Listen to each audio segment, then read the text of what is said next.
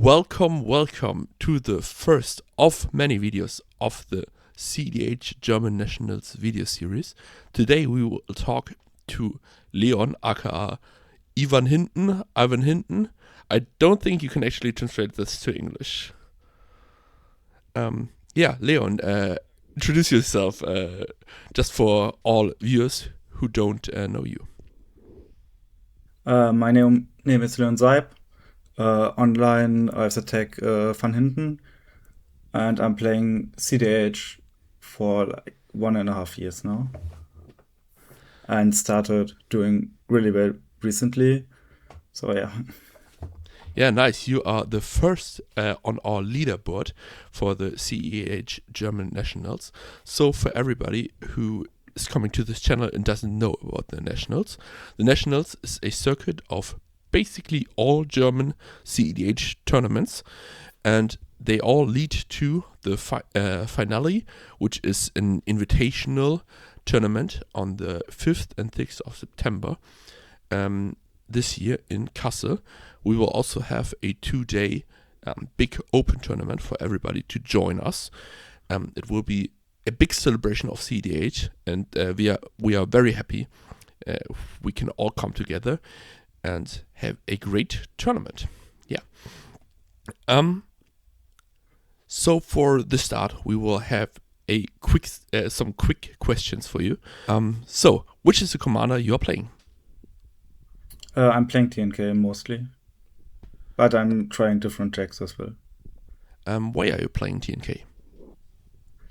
For some reason, it's really fun for me. Like, a lot of people think the deck is boring, but I love drawing cards, so yeah. Yeah. What do you think is the biggest strength of the deck? It can fulfill like the role of the turbo deck and the mid-range deck.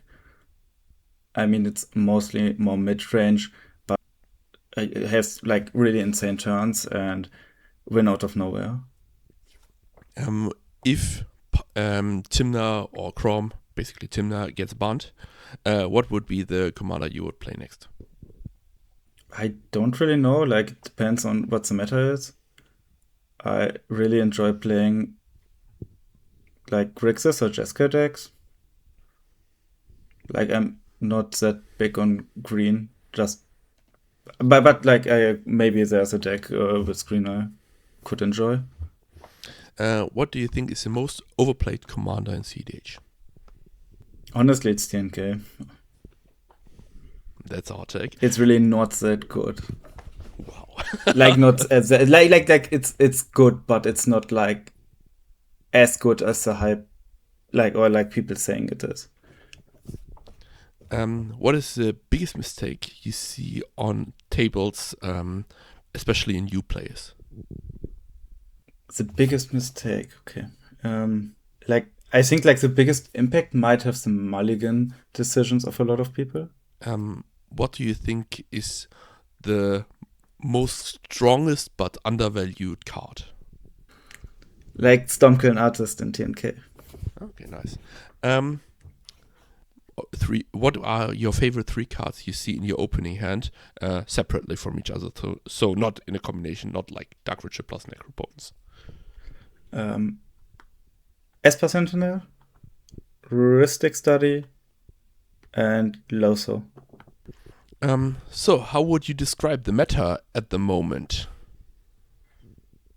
I think it's really hard to describe because it depends like on the tournament, and German meta is different than EU meta, and that's different to America's meta.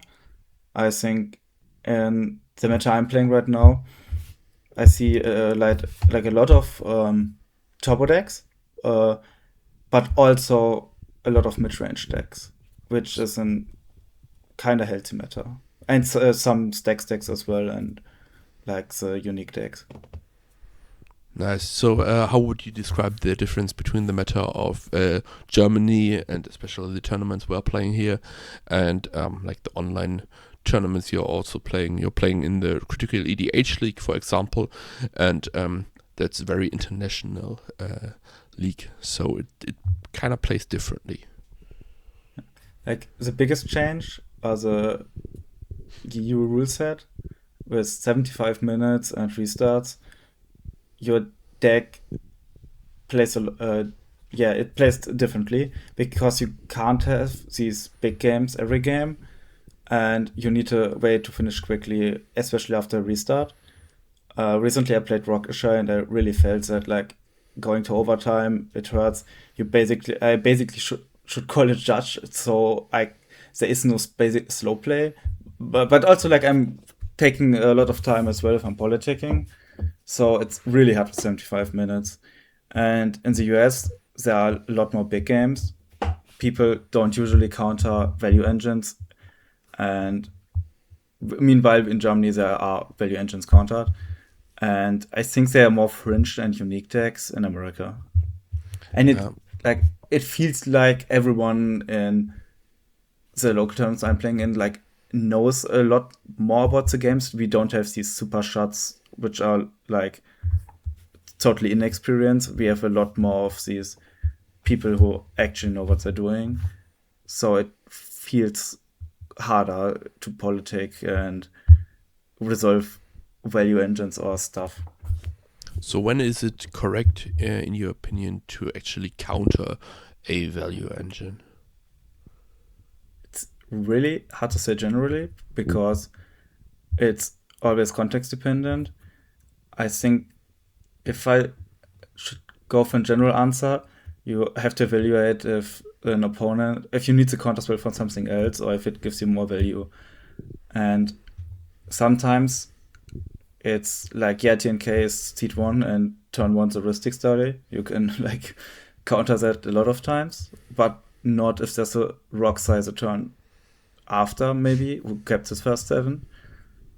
In Germany, you can also offer restarts with that, obviously, which I don't like that much, but sure. Or like if sometimes value engine is the same as winning. If there's someone with 2 heuristic studies and casting is more ties, meanwhile no one seems to be pushing, it absolutely is a win attempt. Basically, it's the same as a win attempt.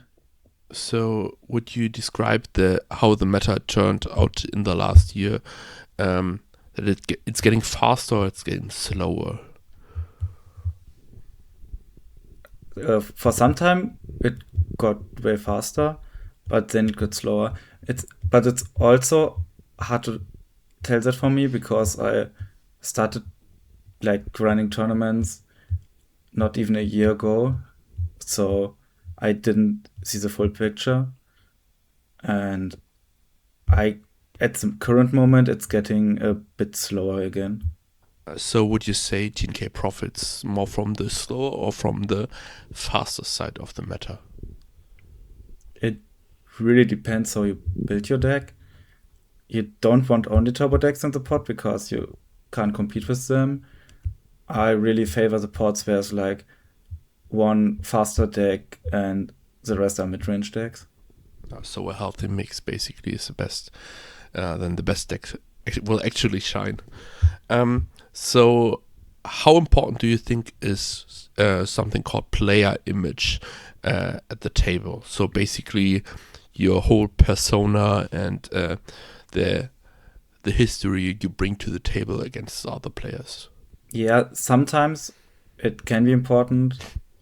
Recently, I experienced a lot more. I call them pre-game yaps, so that people know me and they will talk about me or like basically are sometimes kind of scared or whatever.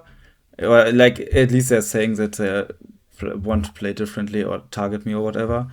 That can make sense, but also not make sense. I think like at some point you need to be confident and treat every player the same. Otherwise, you won't win the game. You only make someone lose. But like I think that helps a lot also against better players. I play with Dino sometimes, and if I would treat him differently, I think my win rate would get worse against him. But also the other side of player image is how honest someone is and everything. And I think that's important. If someone is a known liar, that's a big problem because no one will trust him. and that totally makes sense. Thanks for answering all my questions. And yeah, we will see each other at the German Invitationals, probably. Yeah, hopefully. Thanks again.